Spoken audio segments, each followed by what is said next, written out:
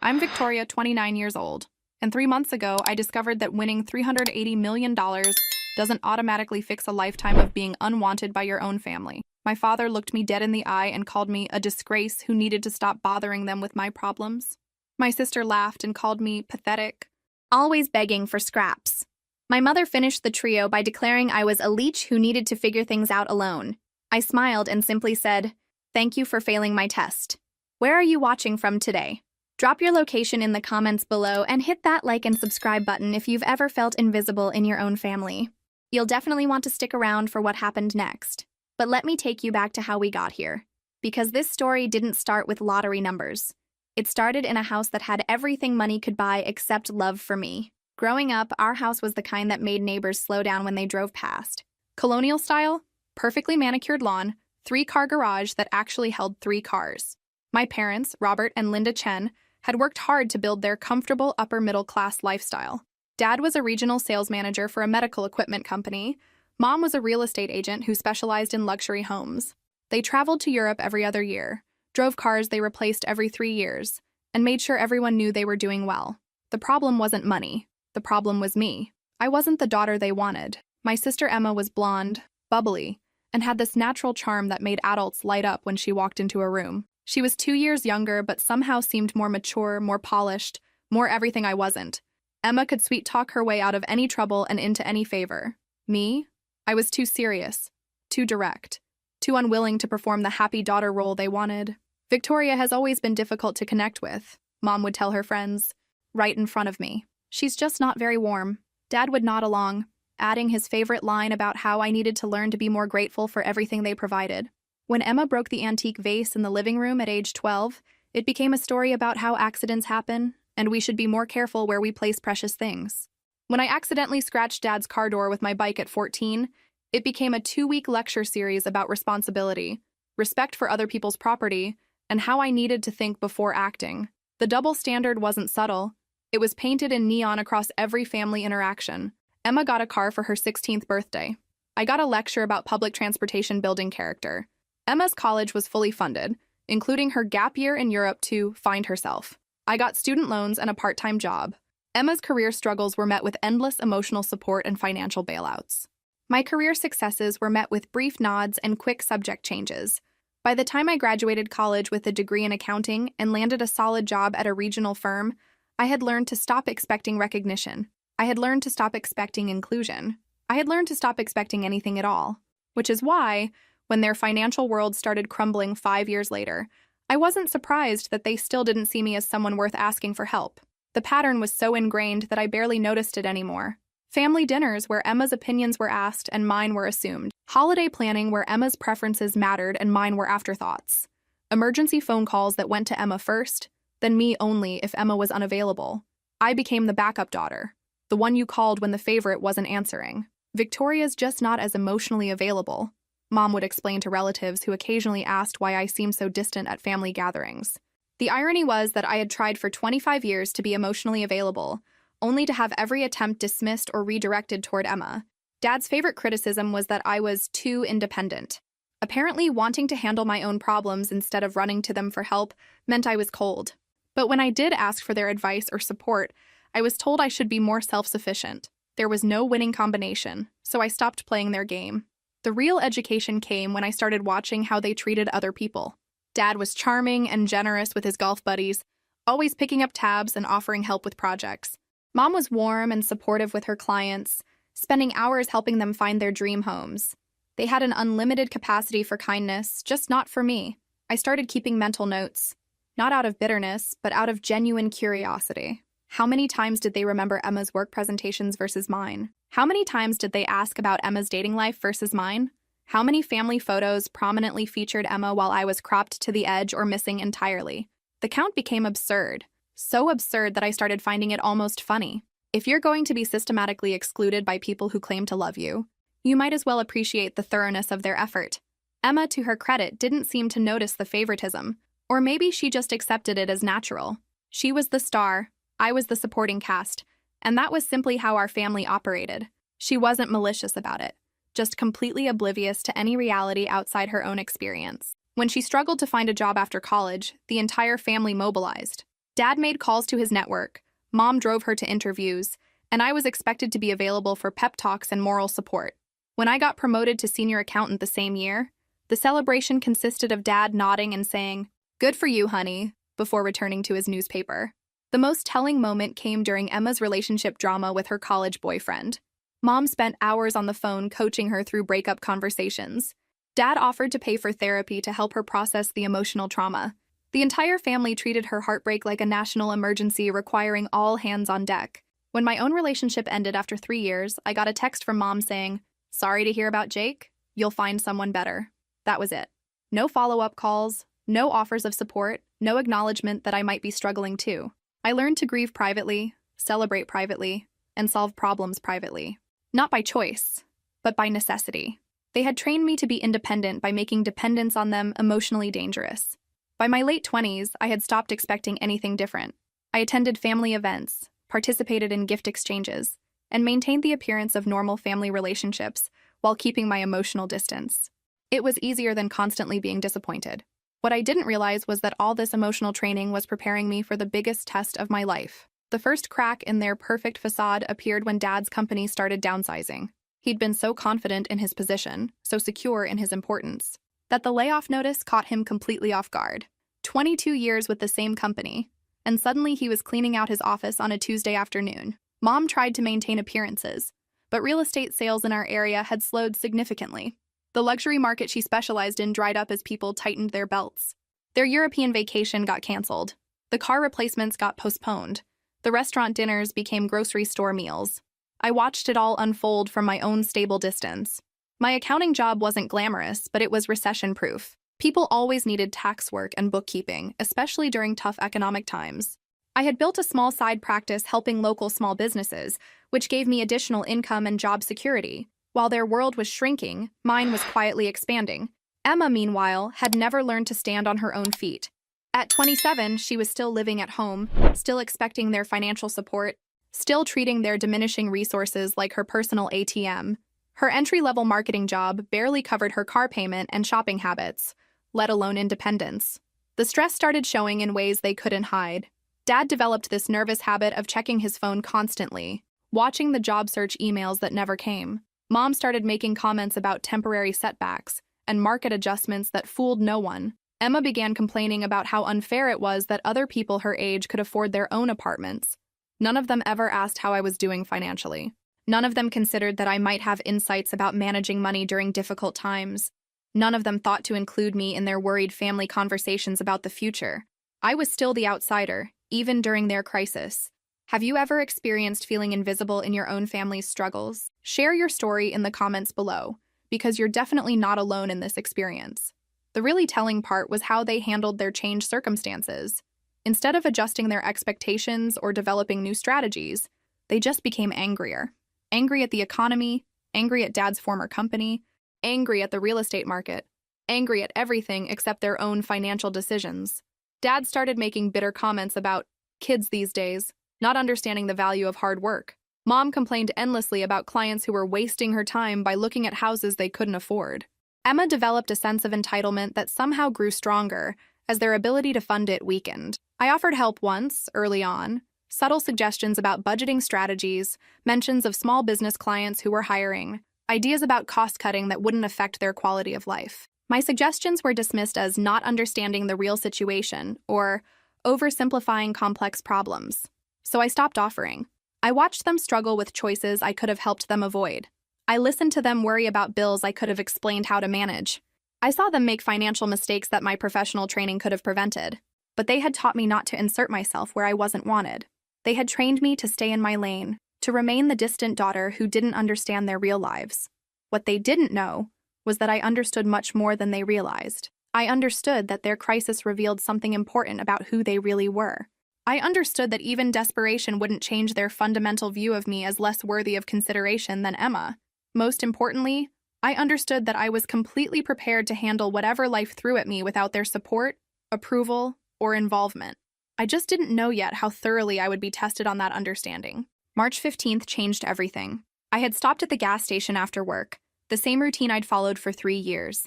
Buy gas, grab a coffee, and purchase one lottery ticket with the same numbers I'd been playing since college. My birthday, Emma's birthday, and our old house number. Not because I believed in luck, but because it was easier than choosing new numbers every week. The drawing was that night, but I forgot about it entirely. Work had been busy, I'd made dinner, watched Netflix, and fallen asleep on the couch like any other Tuesday. The ticket sat in my purse, forgotten among receipts and lip balm. Thursday morning, I was running late for a client meeting when I remembered to check the numbers while waiting for my coffee to brew. I pulled up the lottery website on my phone, compared the numbers to my ticket, and had to sit down hard on my kitchen chair.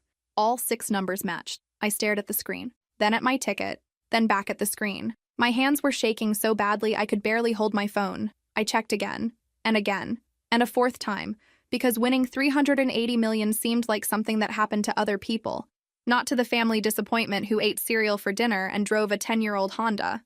The reality hit me in waves. First, the numbers. Definitely mine. Then, the amount. More money than I could conceptualize. Then, the implications. Complete freedom from every financial worry I'd ever had, and more freedom than I'd ever imagined possible. I called in sick to work for the first time in 2 years. For the next 3 hours, I sat in my kitchen alternately laughing and crying. I pulled up bank websites to understand what $380 million actually meant. I researched lottery lawyers and financial advisors. I looked up houses in places I'd always wanted to live. I calculated how much money I could give away and still live comfortably forever. But mostly I thought about my family. My first instinct, despite everything, was to share the news. To finally be the daughter who could solve their problems, who could prove my value, who could earn the acceptance I'd never managed to achieve. I imagined the phone calls, the celebration dinner, the way they'd finally look at me with pride instead of mild disappointment. For about 10 minutes, I let myself believe that money could fix what had always been broken between us. Then reality kicked in. This was the same family who had dismissed my career success, ignored my emotional needs, and treated my presence like an obligation. The same family who had spent 30 years showing me exactly how much my opinions, feelings, and achievements mattered to them. Money wouldn't change the fundamental dynamic. It would just add a new layer of complication. I made coffee, sat back down at my kitchen table, and started planning instead of dreaming. I called the lottery office to understand the claiming process. I researched legal protections for lottery winners. I learned about trusts, privacy shields, and financial management strategies. I did not call my family. Something about that decision felt powerful in a way I hadn't experienced before. For the first time in my life, I had something valuable that was completely mine, and I could choose exactly how to handle it. I could choose who to trust with the information. I could choose when and how to share it, if I shared it at all. The power of choice felt almost more valuable than the money itself. That weekend, I drove to the lottery office in the state capital and began the process of claiming my prize. I hired lawyers, set up financial structures, and established protections for my identity and my money. Every decision was mine alone, without input from people who had never valued my judgment anyway. For 2 weeks, I lived with the secret. I went to work, had lunch with colleagues, attended my book club, and maintained my normal routine while sitting on the biggest news of my life. The strange thing was how normal everything felt. I was the same person, with the same values and the same daily preferences. The money was just a tool. A very powerful tool, but still just a means to an end. What I needed to figure out was what that end should be. The answer came 3 weeks later, during Sunday family dinner. I hadn't been planning to attend, but Mom had called specifically to ask me to come. "We never see you anymore," she said, though we'd had dinner together 2 weeks earlier. "Emma misses spending time with her big sister." I almost laughed. Emma had my phone number. If she missed me, she knew how to reach me. But I agreed to come, partly out of habit and partly out of curiosity. I wanted to observe them with my new perspective, to see how they operated when they thought nothing had changed. The house felt smaller than I remembered, though nothing had physically changed. Dad looked older, stress showing in the way he held his shoulders. Mom's smile seemed more forced, her cheerfulness a little too bright. Emma appeared frustrated in that particular way of adults who had expected life to be easier than it was turning out to be. Dinner conversation focused on their ongoing struggles. Dad's job search wasn't progressing well. Mom had lost 2 major clients. Emma's car was making strange noises that probably required expensive repairs. The tone was complaints disguised as updates, frustrations presented as temporary setbacks. I listened to it all while eating Mom's pot roast, the same recipe she'd been making for 20 years. The food was exactly the same, but everything else felt different now that I knew I could buy this house 10 times over without affecting my checking account. "How are things with you, Victoria?" Mom asked, and I could tell the question was just politeness. They were too wrapped up in their own problems to genuinely care about my answer. This was my moment. I could have told them everything. I could have solved every problem they'd mentioned in the last hour. I could have finally been the daughter who exceeded their expectations instead of the one who disappointed them. Instead, I heard myself say, "Actually, I'm having some financial stress myself. Nothing major, just having to rethink some spending priorities and maybe tighten my budget." The reaction was immediate and revealing. Dad's face shifted from polite interest to irritation. "Well, maybe if you'd focused on advancing your career instead of just getting comfortable where you are, you'd have more options now." Mom nodded along. "Victoria, you can't expect to coast through life and not feel consequences when things get tough. This is probably a good learning experience for you." Emma actually laughed. "God, Victoria, you're always so dramatic about money. Just cut back on whatever fancy coffee you're buying and you'll be fine." I sat there, watching my family's complete lack of empathy or support, and felt something click into place. Not anger, exactly. More like clarity, crystal clear understanding of who these people really were and how they really felt about me. "I was thinking maybe I should look into cutting some expenses," I said carefully. "Maybe move to a smaller apartment, or think about whether some relationships in my life are worth the investment." "That sounds reasonable," Dad said, already losing interest. "Sometimes you have to make hard choices." "Absolutely," Mom agreed. "It's good that you're being realistic instead of expecting other people to solve your problems." Emma was scrolling through her phone, barely listening. "Yeah, definitely. People who constantly need help are just exhausting." I excused myself to use the bathroom and stood in their guest powder room, staring at my reflection in the mirror above the sink. These people had no idea they were talking to someone who could buy and sell their problems without thinking twice. More importantly, they had just shown me exactly how they respond when they think I need support. With dismissal, with judgment, with the assumption that any struggles I faced were my own fault and my own responsibility to solve. When I returned to the table, they had already moved on to discussing Emma's dating life and Dad's potential networking opportunities. My fictional financial problems had been addressed and dismissed in under 5 minutes. I finished my dinner, helped clear the table, and made polite conversation about nothing important. When I left that night, I hugged them goodbye knowing something fundamental had shifted. I wasn't angry with them. I was grateful. They had just shown me exactly who they were when they thought I needed them. They had failed the easiest test possible, and they had no idea they were even being tested. The next morning, I called my lawyer. "I want to set up a trust structure that completely protects my identity and my assets," I said. "And I want to establish some contingency plans." Over the following weeks, I developed what I privately called the plan. It wasn't revenge, exactly. It was more like a comprehensive character assessment of the people who claimed to love me. I started dropping subtle hints about financial pressure. Not dramatic declarations, just casual mentions of reconsidering expenses, maybe scaling back on things, having to be more careful with money. Nothing that would trigger real concern, just enough to see how they'd respond to the suggestion that I might be struggling. The responses were exactly what I expected. Dad offered generic advice about budgeting and responsibility.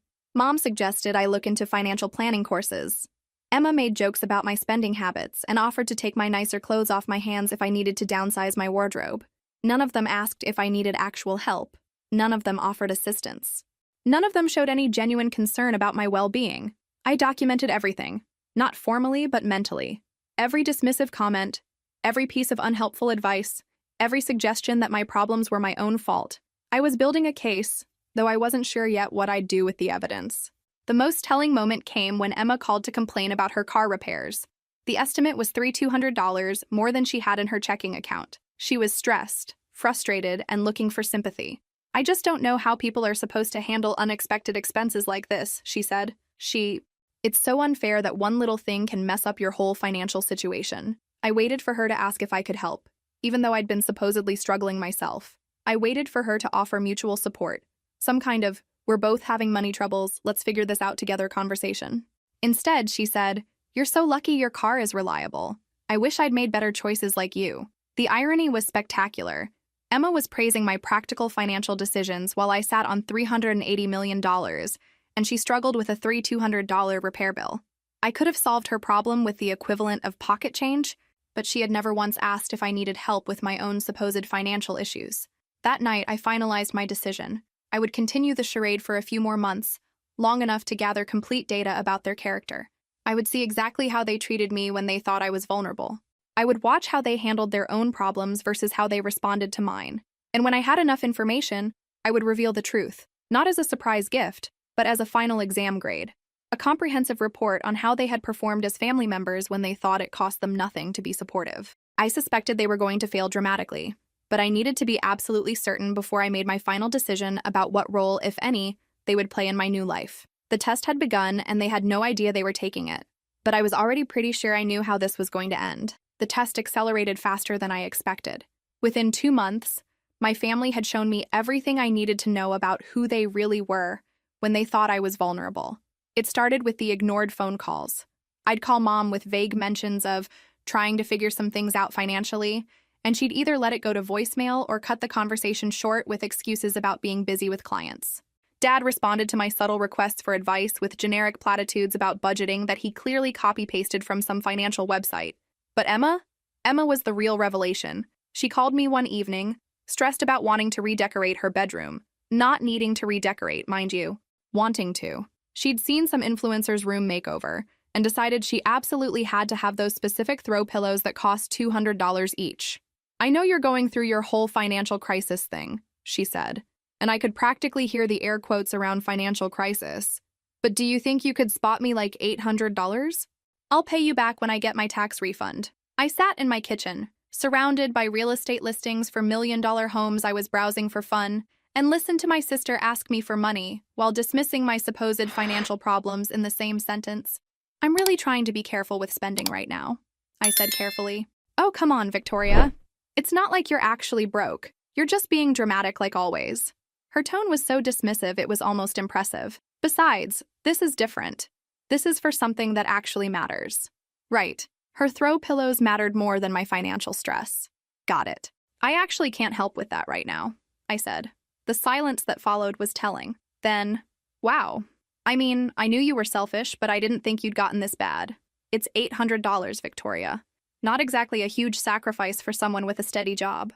This is the same person who, 3 weeks earlier, had told Mom that I probably brought my money problems on myself and that helping me would just enable my poor decision-making. But when she wanted something, suddenly I was selfish for not providing it.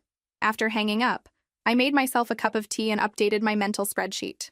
Emma had failed the empathy test, the consistency test, and the basic human decency test all in one conversation. Impressive efficiency, really. The pattern continued with stunning predictability.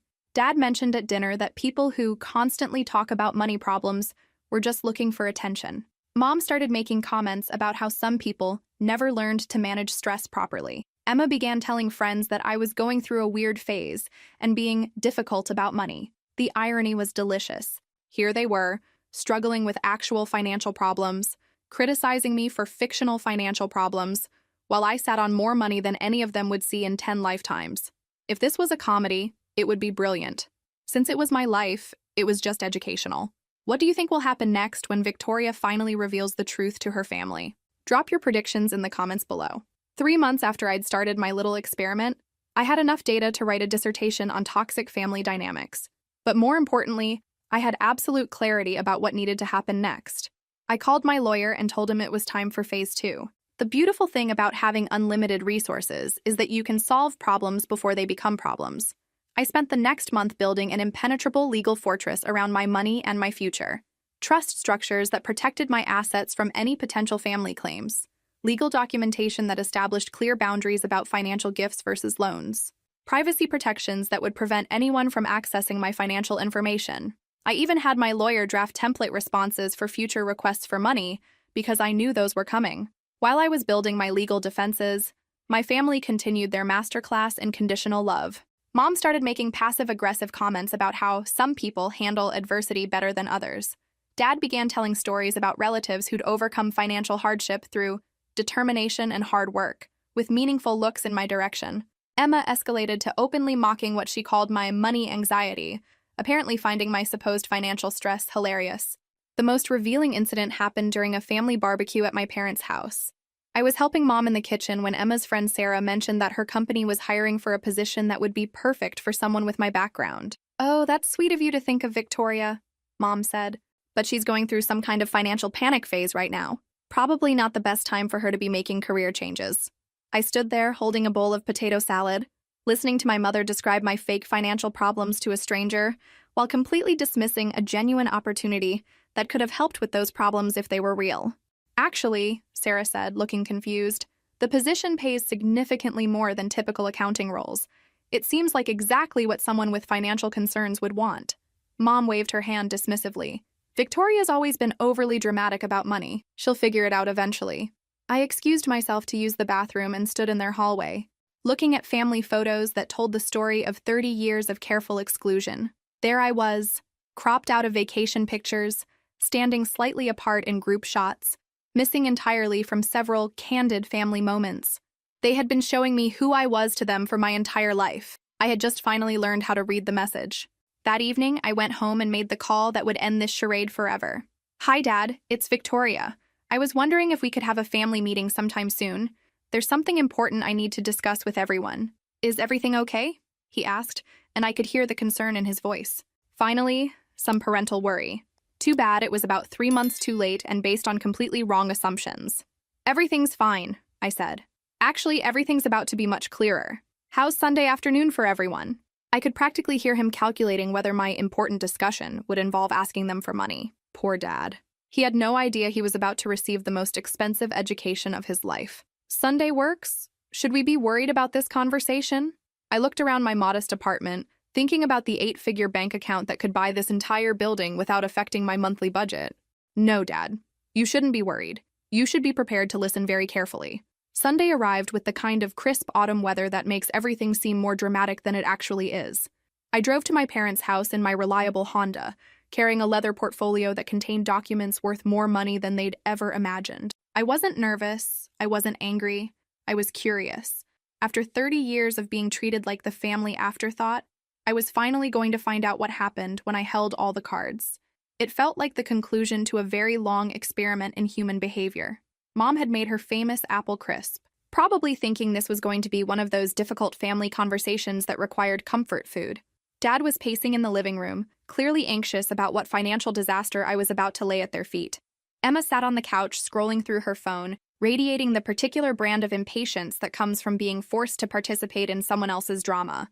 "So," Dad said once we were all settled, "what's this important thing you needed to discuss?" I opened my portfolio and removed a single document. A letter from the State Lottery Commission, confirming my prize claim. I placed it on the coffee table where all 3 of them could see it. The silence was immediate and complete. Mom leaned forward, squinting at the official letterhead. Dad picked up the document, his hands trembling slightly as he read.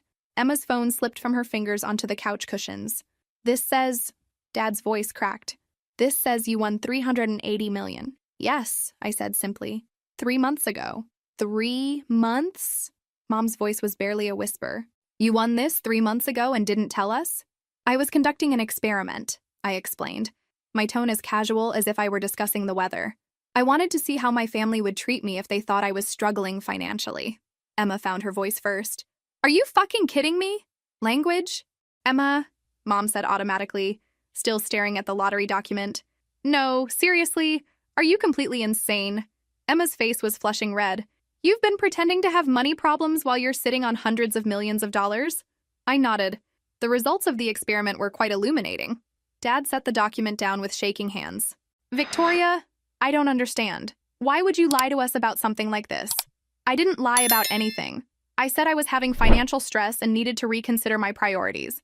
That was true. Having $380 million definitely creates stress about financial priorities." I kept my voice level, watching their faces process the information. "What I learned was how you respond when you think I need support." "We would have helped you," Mom protested. "We always help when you really need it." I removed another document from my portfolio, a timeline I'd meticulously prepared, documenting every interaction we'd had over the past 3 months. Every dismissed phone call, every unsympathetic comment, every piece of advice that basically amounted to, "Figure it out yourself." "This suggests otherwise," I said, sliding the timeline across the table. The room fell silent again as they read through my documentation. I watched their faces change as they recognized their own words reflected back at them. The casual dismissals, the lack of empathy, the assumption that my problems were my own fault. "This is," Dad started, then stopped. "Comprehensive?" I suggested helpfully. "Yes. I'm quite thorough when I set my mind to something." Emma was the first to recover from the shock, and predictably, she went straight to anger. "So what? This is some kind of revenge? You're punishing us for not reading your mind?" "Not revenge," I corrected. "Clarity. I wanted to understand who you really are when you think there's nothing in it for you. Now I know. The aftermath was exactly what I'd expected. Dad tried to argue that they'd been going through their own financial stress and couldn't be expected to support everyone else's problems too. Mom started crying, but it was the frustrated tears of someone who'd been caught rather than the sad tears of someone who felt genuine remorse. Emma oscillated between rage and calculation, clearly trying to figure out how this new information changed her position in the family hierarchy. "So what happens now?" Mom asked, dabbing at her eyes with tissues. I removed the final documents from my portfolio. Legal papers prepared by my attorney, outlining exactly what would happen now. "I'm going to give each of you a one-time financial gift," I said. "Enough to pay off your current debts and provide a modest buffer for emergencies. Dad, your credit cards and the remaining mortgage balance. Mom, the business loan you took out for the real estate license renewal and equipment. Emma, your student loans and car payments." Their expressions shifted from grief to hope so quickly it was almost comical. "However," I continued, "this gift comes with a contract." I spread the legal documents across the coffee table like a dealer laying out cards. "You'll each sign an agreement, stating that this is the only financial assistance you will ever receive from me. No future requests, no emergency loans, no investment opportunities, no guilt trips about family obligations. This is it." Dad picked up the contract, scanning the legal language. "Victoria, this seems rather extreme. Does it? You've spent 3 months showing me exactly how much my well-being matters to you when you think I can't contribute anything valuable to your lives. This contract simply acknowledges that reality." "We're still family," Mom protested. "Are we?" I asked. "Because family members generally show some concern when other family members are struggling. Family members offer support, not lectures. Family members ask, 'How can I help?' instead of, 'This is probably your own fault.'" Emma was reading through her copy of the contract, and I could see her calculating the dollar amounts. "How much are you giving us?" I told them the specific amounts. Enough to solve their immediate problems, but not enough to change their lifestyles dramatically. Not enough to make them wealthy, but enough to remove the financial stress that had been consuming their conversations for months. "That's it?" Emma asked. "You have $380 million and you're giving us this little?" I smiled at her. The first genuine smile I'd had in their presence in months. "Emma, 3 hours ago you thought I was broke and selfish. Now you think I'm not giving you enough money. Do you see why I wanted to understand who you really are?" The truth was, the amounts I was offering were generous by any reasonable standard. They were just small relative to my total winnings, which bothered Emma because she'd apparently already started spending my money in her head. "You need to decide right now," I said, checking my watch. "These offers expire when I leave today. Sign the contracts and accept the money with the understanding that this ends our financial relationship forever, or don't sign, and continue managing your problems yourselves." Dad looked around the room, clearly hoping someone else would make the decision for him. Mom was still crying, but quietly now. Emma was staring at the contract like it might change if she looked at it long enough. The desperation won, exactly as I'd known it would. Emma signed first, her signature sharp and angry. Dad signed next, his hand shaking slightly. Mom signed last, her tears dropping onto the paper. I collected the contracts, placed them back in my portfolio, and stood up. "The money will be transferred tomorrow morning," I said. "You'll each receive confirmation from my lawyer's office." "That's it?" Dad asked. "You're just leaving?" "Yes," I said simply. "I'm leaving." I walked toward the front door, pausing only to look back at them sitting in their living room, surrounded by the legal evidence of what our relationship had actually been worth to them. "For what it's worth," I said, "I hope the money helps you build better lives. I really do." And then I left. No hugs, no promises to stay in touch, no tearful reconciliation where we all acknowledged our mistakes and committed to doing better. I simply left. Walking out of that house felt like stepping out of a burning building, not because I was escaping danger, but because I was finally breathing clean air after years of inhaling smoke. I sat in my car for a moment, looking at the house where I'd spent my childhood learning that love was conditional and acceptance was earned through usefulness. The same house where I'd just purchased my freedom from those lessons. My phone buzzed before I'd even reached the end of their street. Emma texting, "This is insane. You can't just cut off your family like this." Then Dad calling, "Victoria, we need to talk about this more. This is all very sudden." Then Mom, voicemail. "Honey, I think we all said things we didn't mean. Can we please try again?" I turned off my phone. The next morning, I confirmed that the money transfers had gone through. Legal documents filed, contracts executed, obligations fulfilled. Clean, final, done. I spent the rest of that week doing something I'd never done before, planning a life based entirely on my own preferences. For 30 years, I'd made decisions through the filter of family expectations: where to go to school, what to study, where to work, how to spend my free time, even how to feel about my own achievement. Everything had been measured against the impossible standard of earning approval from people who were fundamentally incapable of giving it. Now I could make choices based on what actually made me happy. The first decision was where to live. I'd been fantasizing about leaving our area for years, but had always found reasons to stay: family obligations, job security, familiarity, fear of starting over. None of those reasons applied anymore. I spent hours researching cities I'd always wanted to visit: places with good weather, cultural opportunities, communities of people who chose to be there rather than people who'd never left. I looked at houses that weren't just bigger than my apartment, but fundamentally different. Spaces designed for peace instead of efficiency. Properties with gardens and views and room to breathe. The second decision was about work. I'd been competent at accounting, but I'd never loved it. It was a practical choice, a safe choice, a choice that ensured I could always support myself no matter what happened with my family. I didn't need safety anymore. I could afford to pursue something meaningful. I researched volunteer opportunities with organizations that aligned with my values: educational nonprofits that helped first-generation college students navigate financial aid, financial literacy programs for young adults aging out of foster care, community gardens in urban areas, things I'd never had time for when I was working overtime to prove my worth to people who didn't value what I had to offer anyway. The third decision was about relationships. I'd spent so much energy trying to manage my family's dysfunction that I'd never developed many friendships. I'd dated, but never seriously, partly because I was always emotionally drained from family dynamics, and partly because I'd never felt secure enough in my own worth to believe I deserved genuine partnership. That was going to change. Over the following months, I executed my plan with the same methodical precision I'd used to document my family's failures. I found a house in a small college town 3 states away.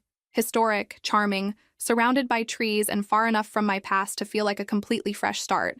I established connections with local volunteer organizations and began building a social life based on shared interests rather than shared DNA.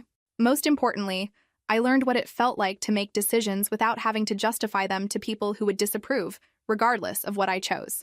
2 years later, I woke up in my sun-filled bedroom overlooking a garden I'd planted myself and realized I couldn't remember the last time I'd felt guilty about being happy. My house had become everything I'd dreamed of during those years in my cramped apartment: spacious but not ostentatious, comfortable but not wasteful. Every room reflected my actual taste rather than what I thought might gain approval from people whose opinions no longer mattered. I'd found my rhythm in the volunteer work: 3 days a week helping young adults develop financial literacy skills, 1 day a week mentoring first-generation college students, weekends working in the community garden and exploring my new city. I discovered that helping people who genuinely appreciated the assistance felt completely different from helping people who expected it as their due. The irony wasn't lost on me that I was more generous with my time and money as a millionaire hermit than I'd ever been as a daughter desperately seeking approval. I'd also started dating, carefully, intentionally, with the confidence that comes from knowing exactly what you're worth. Dr. James Mitchell was a psychology professor at the local university, divorced with 2 teenage kids who lived with him half the time. He was kind, funny, intellectually curious, and genuinely interested in my opinions about everything from municipal budgeting to the best hiking trails in the area. When I told him about my lottery win and the family situation, he didn't try to fix it or suggest I owed them forgiveness. He just listened, asked thoughtful questions, and told me he admired how clearly I'd thought through a complicated situation. It was the first time someone had responded to my story with respect instead of judgment. The family contact had dwindled to almost nothing. Mom sent Christmas cards with notes about how much they missed me, but no acknowledgement of why I'd left. Dad occasionally emailed articles about financial planning that he thought I'd find interesting, apparently forgetting that I no longer needed his guidance. Emma had unfriended me on social media after her attempts to maintain contact were met with polite but distant responses. I felt nothing but relief. The strangest part was how normal this life felt. I'd expected winning the lottery to be transformative in obvious ways, but the real transformation had been discovering who I was when I wasn't constantly trying to earn love from people incapable of giving it freely. I still drove practical cars and shopped at regular grocery stores and lived within a reasonable budget. The difference was that my choices were mine. When I decided to spend money on a 3-week photography workshop in Italy, I didn't have to justify it to anyone. When I chose to donate anonymously to scholarship funds, I didn't have to explain my priorities. When I decided to adopt 2 rescue dogs and let them sleep on my expensive couch, no one lectured me about property maintenance. Freedom, I'd learned, wasn't about having unlimited money. It was about having unlimited choice. On quiet evenings, I sometimes wondered what would have happened if my family had responded differently to my fake financial crisis. If they'd offered genuine support, asked thoughtful questions, or simply listened without judgment. Would I have shared the lottery winnings? Would we have found a way to build healthier relationships? Probably not. The lottery had revealed who they were, but it hadn't created those character traits. 30 years of evidence suggested that their conditional love and casual cruelty weren't aberrations caused by stress. They were fundamental features of how they approached relationships. I'd finally learned to stop expecting different results from the same people. The best part of my new life wasn't the money, the house, or even the freedom from family drama. It was waking up every morning knowing that my happiness didn't depend on anyone else's approval. I'd spent 3 decades trying to earn love from people who weren't capable of giving it. Now I was surrounded by people who chose to care about me because they enjoyed my company, not because DNA obligated them to tolerate my existence. If this story resonated with you, make sure to like and subscribe for more real-life stories about finding strength in unexpected places. Sometimes the biggest lottery win isn't money. It's discovering you don't need the people who never valued what you had to offer in the first place. As I sat in my garden that morning, coffee in hand and dogs at my feet, I realized the best revenge really was living well. Not because it made my family regret their choices, but because it made their opinions irrelevant to my joy. I'd finally learned the difference between being rich and being wealthy. Rich was having money, wealthy was having choices, and the wealthiest I'd ever felt was the day I chose myself over people who'd spent 30 years showing me I wasn't worth choosing. Sometimes you don't win the lottery. Sometimes the lottery wins you.